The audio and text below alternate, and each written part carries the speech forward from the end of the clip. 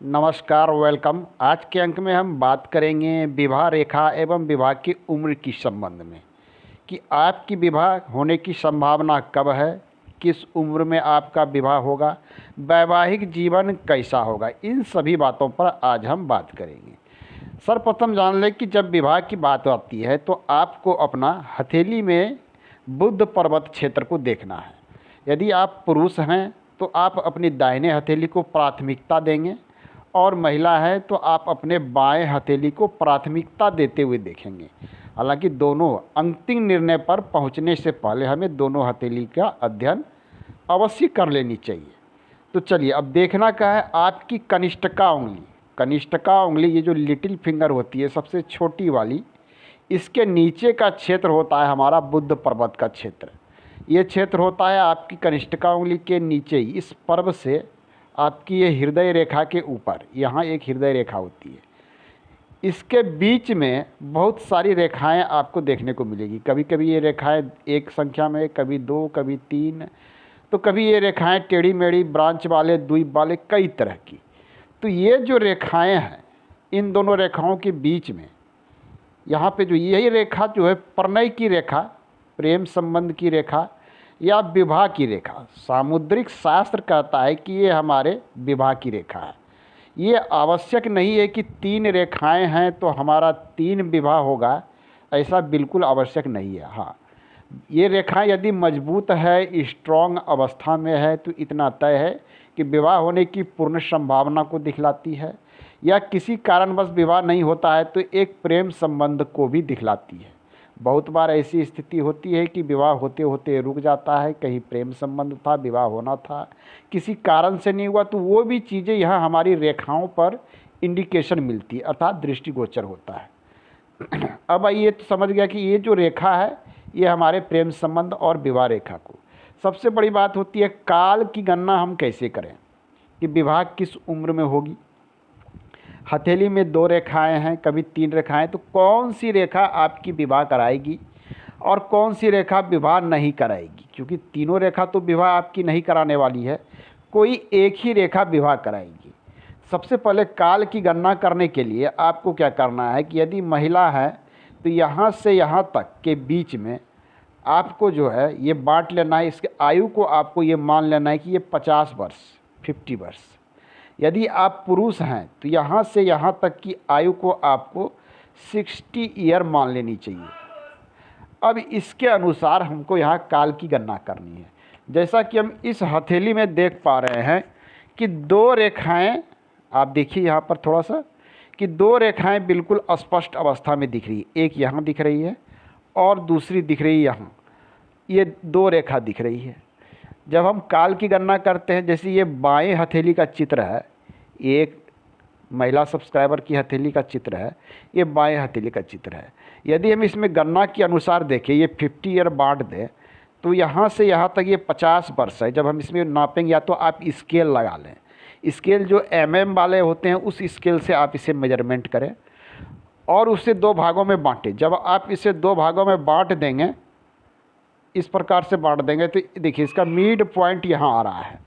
अब इस mid point से ऊपर 25 ईयर और नीचे 25 ईयर।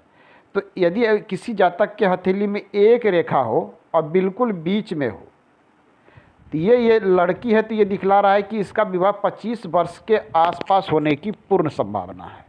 यदि ये लड़का के हथेली है, किसी बॉय का हथेली है, पुरुष की हथेली है, तो यह दिखला रहा है कि यह विवाह होने की संभावना 30 वर्ष के आसपास, यदि बिल्कुल मिड पॉइंट पर है।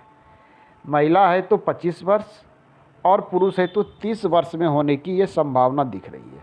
लेकिन होता क्या है कि रेखाएं बिल्कुल बीच में ना होके थोड़ी सी हो सकती, जैसे देखिए यहाँ देख रही, ये है, ये रेखा दिख रही है, एक यहाँ हथेली में। ये जब उम्र की गणना करते हैं तो ये अप्रॉक्सीमेट क्या निकल कर आ रहा है कि ये 20 वर्ष में।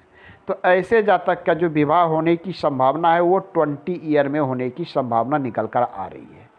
और वहीं मिड से ऊपर होता है तो यहाँ आप मान सकते हैं, काल की गणना कर लें, 30 या 32 वर्ष के आसपास निकल कर आ रही है। तो इस प्रकार से हम कैलकुलेशन कर सकते हैं कि विवाह हमारा होने की संभावना किस उम्र में आ रही है। और ये कैलकुलेशन जो है 90% स्थिति में ये कैलकुलेशन सही पाई गई है कि विवाह रेखा पर जो कैलकुलेशन होती है उम्र की वो सही पाई गई है। कभी कभी होता क्या है कि विवाह रेखा होते हुए भी विवाह ना हो पाना, उस वैसे स्थिति में कुछ दोष वगैरह भी होते हैं, मंगल दोष या अन्य दोष, उस दोष पर भी ध्यान देके कुछ निराकरण किया जाना चाहिए। अब आइए, विवाह रेखा पर कुछ कभी कभी कुछ ऐसे साइन होते हैं, जैसा कि देख लीजिए, मान ली इस हथेली में आपको दिख रहा होगा, मैं थोड़ा सा इसे जूम करता हूँ तो वैवाहिक जीवन के विषय में भी यहाँ बहुत कुछ आपको पता चल जाएगा कि विवाह के बाद आपके लाइफ किस प्रकार से होने वाला है।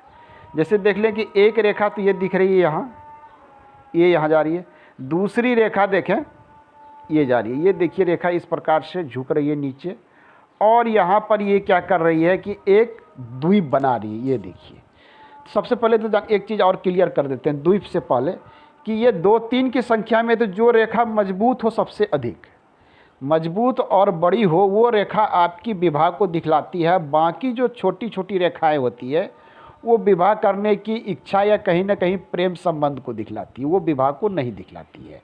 यदि कमज़ोर रेखा में चांस में किसी कारण से विवाह हो भी जाता है तो रेखा यदि काफ़ी वीक है तो वहाँ विवाह टूटने की भी संभावना रहती है, और रेखा पे कोई निगेटिव साइन हो, इन दोनों चीज़ों को देखना चाहिए।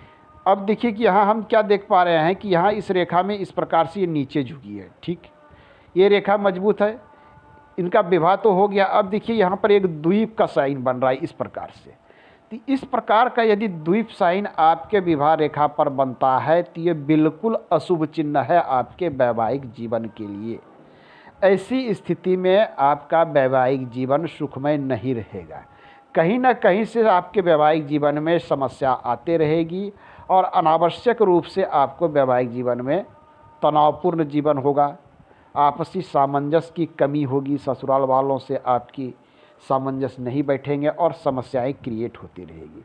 तो विवाह रेखा पर द्वीप का चिन्ह होना, कभी कभी विवाह रेखा 2 भागों में बंट जाते हैं कि रेखा ऐसे जा तो रही थी लेकिन एक इस प्रकार से चली गई, एक ऊपर की ओर चली गई, तो ये स्थिति भी दिखलाती है कहीं ना कहीं वैवाहिक संबंध में अलगाव की भावना को दिखलाती है।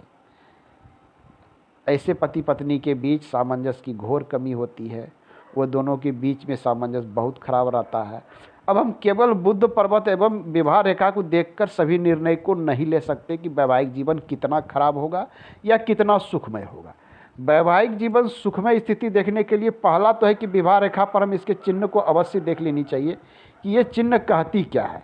तो एक इंडिकेशन यदि आपको यहाँ मिल जाता है कि यहाँ द्वीप का चिन्ह बन रहा है तो इतना तो अवश्य है कि वैवाहिक जीवन कलहपूर्ण होगा। इसके साथ हम देखते हैं अपनी गुरु पर्वत। गुरु पर्वत हमारी उंगली में कहाँ होती है तो बृहस्पति पर्वत आपकी तर्जनी उंगली अर्थात अंगूठे के बाद जो पहली उंगली होती है उसके नीचे का क्षेत्र होता है गुरु पर्वत।